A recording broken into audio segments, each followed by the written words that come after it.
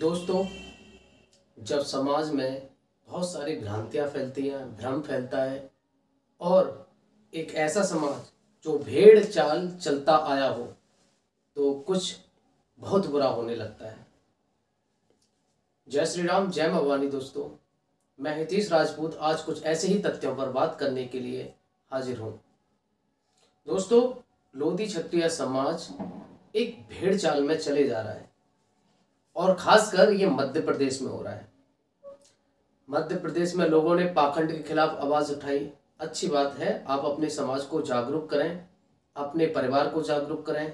हर व्यक्ति अपने समाज को, अपने परिवार को जागरूक करता है, आप भी करिए। लेकिन ऐसा मत करिए कि अगर परिवार में किसी अपने भाई से लड़ाई चल रही है तो आप बाप ही बदल दें। सीधा सिंपल सा मतलब है कि सनातन धर्म की अगर किसी भी एक जाति से आपकी लड़ाई चल रही है, इसका मतलब ये नहीं कि वो धर्म खराब है, आप उस धर्म को ही बदल दें। आपको लड़ना है उस विचारधारा के खिलाफ जो आपको नुकसान पहुंचा रही है। परंतु वर्तमान में जिस तरीके से लोधी क्षत्रिय समाज एक रास्ते पर चल रहा है, वो कहीं ना कहीं समाज को नुकसान पहुंचा रहा है। अब लोग कह रहे होंगे मैं बड़ा ज्ञान दे रहा हूं क्योंकि समाज एक हो रहा है। ऐसा आपको लग रहा है कि समाज एक हो रहा है, लेकिन समाज हकीकत में एक नहीं हो रहा है। क्योंकि मैंने रिसेंटली एक वीडियो अपलोड की थी जिसमें प्रहलाद सिंह पटेल प्रीतम सिंह लोधी प्रकरण पर कुछ बोल रहे थे और एक दो फोटोज पर भी मैंने देखा था अपने ही समाज के लोग प्रहलाद सिंह पटेल के खिलाफ जहर उगल रहे थे। तो सोचिए कि समाज किस दिशा में आगे बढ़ रहा है।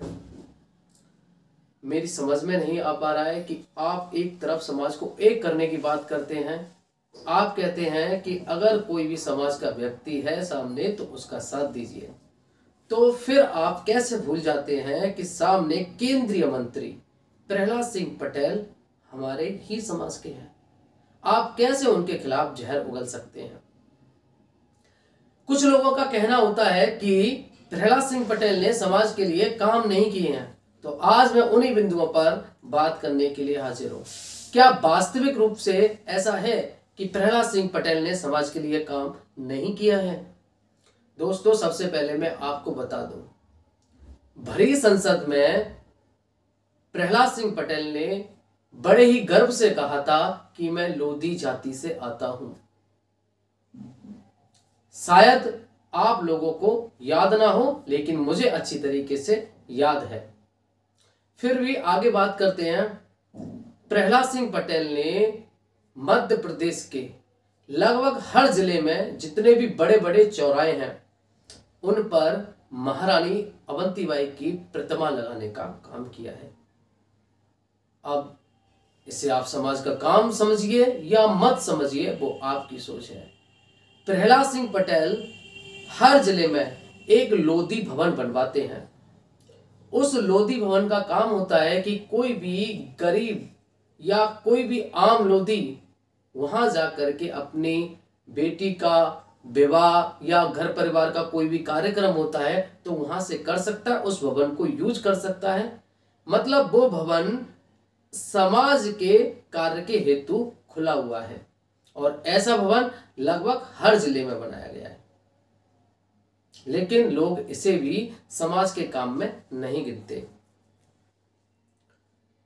आपको शायद याद ना हो, लेकिन मुझे अच्छी तरीके से याद है। रानी अवंतीबाई के जन्म दिवस पर या बलिदान दिवस पर माननीय मंत्री हमेशा एक बड़ी रैली का आयोजन करते हैं, एक बड़ी शोभा यात्रा का आयोजन करते हैं।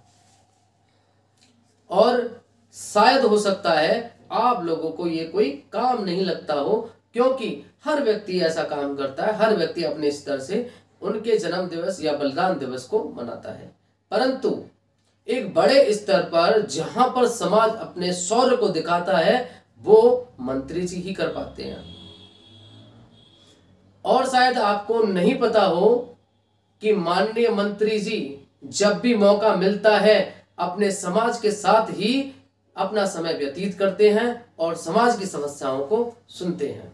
कुछ लोगों का कहना होता है कि सागर में अभी हमारे समाज की बेटी के साथ में इतना गलत हुआ था, मंत्री जी ने एक शब्द नहीं बोला, ऐसा आपको लगता है? माननीय मंत्री जी के छोटे भाई वो खुद एक संज्ञान पत्र लेकर के जो शिवराज सिंह चौहान है उनके पास गए थे और कार्रवाई करने की मांग की थी। शायद आपको वो याद ना हो, शायद आपको याद ना हो कि माननीय मंत्री जी के जो भतीजे हैं मोनू पटेल, वो हमेशा समाज के साथ में दिखाई देते हैं और अगर समाज का कोई भी व्यक्ति प्रताड़ित होता है या फिर कोई समस्या में होता है तो वो सिर्फ एक फोन पर उनके साथ में खड़े दिखाई देते हैं। ऐसा शायद आपको नहीं दिखाई देता हो, लेकिन ये कहीं ना कहीं आपको देखना चाहिए, सिर्फ आप एक पहलू नहीं देख सकते हैं।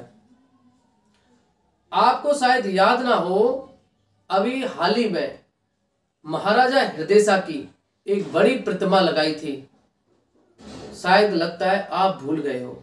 उसमें माननीय मंत्री जी का बहुत बड़ा योगदान रहा है और इतने बड़े स्तर पर उस प्रतिमा का अनावरण हुआ था जो हर लोधी को गर्व प्रदान कर रहा था, लेकिन आप लोगों को वो नहीं दिखाई देगा क्योंकि आप लोगों को अभी फिलहाल टारगेट करना है माननीय मंत्री जी को। आपको शायद याद ना हो कि राजा हृदयसा के लिए उन्होंने एक मंच प्रोवाइड किया और एक बड़े नाटक का आयोजन भी कराया जिससे लगभग बहुत जगह हमारा इतिहास पहुंचा। शायद आपको याद ना हो, माननीय मंत्री जी ने पिछले साल ही एक अपने समाज के इतिहास की बुक का बहुत ही बड़ा और बड़े स्तर पर विमोचन किया था।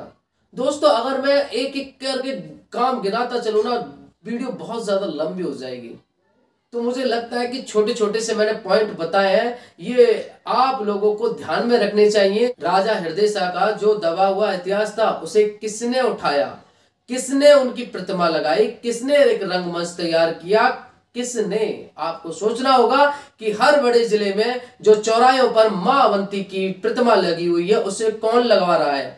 आपको सोचना होगा कि माननीय मंत्री जी लोधी भवन क्यों बनवा रहे हैं। आपको सोचना होगा कि माननीय मंत्री जी भरी संसद में अपने आप को लोधी के करके संबोधित क्यों करते हैं।